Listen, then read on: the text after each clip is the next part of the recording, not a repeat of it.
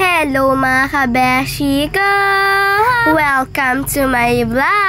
So for today's video ay ito nga po pala mga naging kaganapan ng birthday ng aking ina. Ay talagang napaka-emotional po. Uy, English yarn! Ari nga po yung gabi bago po mag-birthday ang ina. Ay naisipan po gumawa ng garne. At syempre po ang nagbigay niyan ay walang iba kundi ang napakabait at napakagandang si Ate Ma'am Kat. Ayun naman ay bago pa pala makuha ang 500 na yun ay may kailangan pa palang gawin. Abay maganda yan, may thrill. Ay si Arina, bilisan na natin at makita na natin ang mga naganap na handaan din eh. Ay basahin nyo ang mga nakalagay din at matatawa ho kayo. Magsaing na ho kayo. Ha ha ha ha ha. Aba si Kabeshi may paggayuin pa. Ayan nga pong birthday ng ina, may pasok po kami. So ayan po, tapos na po. Aba ay paldo na. Ay konting sina nga lang po ipapakita ko sa inyo. Ayan nga po ay nakalagay sa bulaklak lahat. At ayan nga po, kita nyo naman po na nabasa po ang sulat. Eh, hindi na po alam kung natutuwa o naluluha. Ayan nakalagay nga po pala doon ay magsali ng gasolina. Ay, kaya po ganun naisipang gawin. Ay napakasipag po ng aking ina. Eh, kita nyo naman po nung pagbuklat po ng rep ay talagang tuwan-tuwa po siya. At ang nakalagay naman po doon ay magawa ng alamang na siomay. Di yun nga po sinasabi ko sa inyo na napakasarap ang luto ng aking ina na alamang na siomay. Paulit-ulit ka Kabeshi. Uy, joke lang po. Ay ako nga po sobrang saya dahil napakasaya din po ng aking ina sa kanyang birthday. At iyan po mga naging kaganapan nung gabi po. Aba, mga chikiting nandidine. At yan nga po ang napag-abutan po ng inang handa pagpunta niya po sa bahay. Kaya nga po siya bumili ng tasty at saka manok. Akala niya po yung handalaan po ay spaghetti. Ay hindi niya po alam na meron pa po pala siya mga pa-cake at saka barbecue. At mga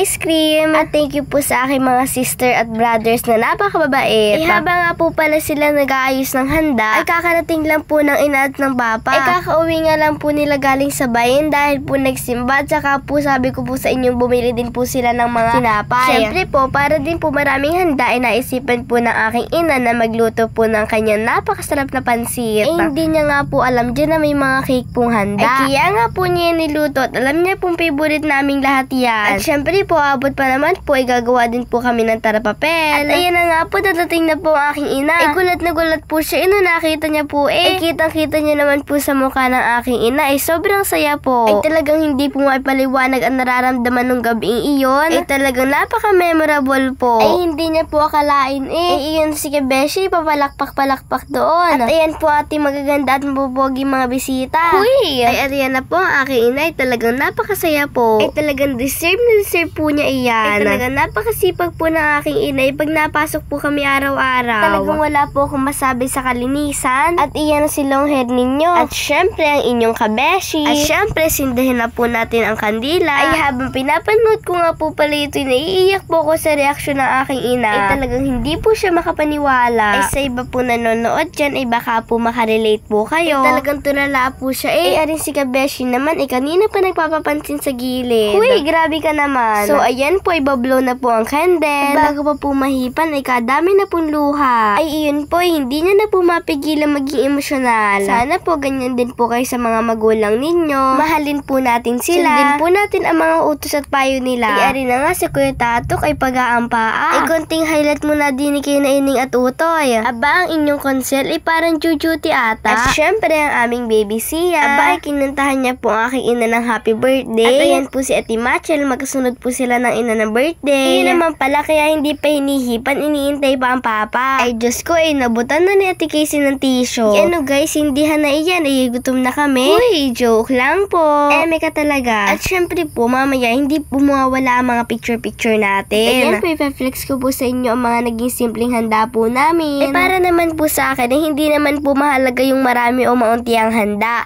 Ang mahalaga naging masaya. Nagkakasama buong pamilya. Talaga napaka-importante po noon. Ayan po ka-video call po ng aking ina si Ate Maka at wala po siya dito, nasa Maynila nagtuturo. At ayan kakain na po tayo. At ayan na sinalong ano kayang unang kukuhanin din eh. Talagang mga gutom na yarn. Eh syempre naman din po ay galing din po school eh. Aba si Kabeshi naka-ice cream agad yarn. Ay hindi halatang paborito. Ay siya magsisiksikan tayo sa maliit na lamesang ito. Abay pinagkasya-kasya na diyan kalaki na lamesa doon. Kain po tayo mga Kabeshi ko. Ay kanina pang pinalax iyan. Iyan welcome to my vlog. Ay busog na naman si Kabeshi nyo. Sunod-sunod ang handaan eh. Sana all may handa. Paano kung wala?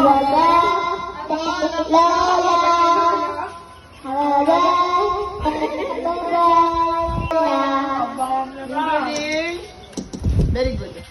At ayan po, kinantahan na po ni Baby Sia si Ina. Abay, kagaling naman po ay sa ulo pati po tono. At ayan na nga po, ang simple gift ay talagang sobrang saya niya po ulit. I love you, Ina, and happy birthday!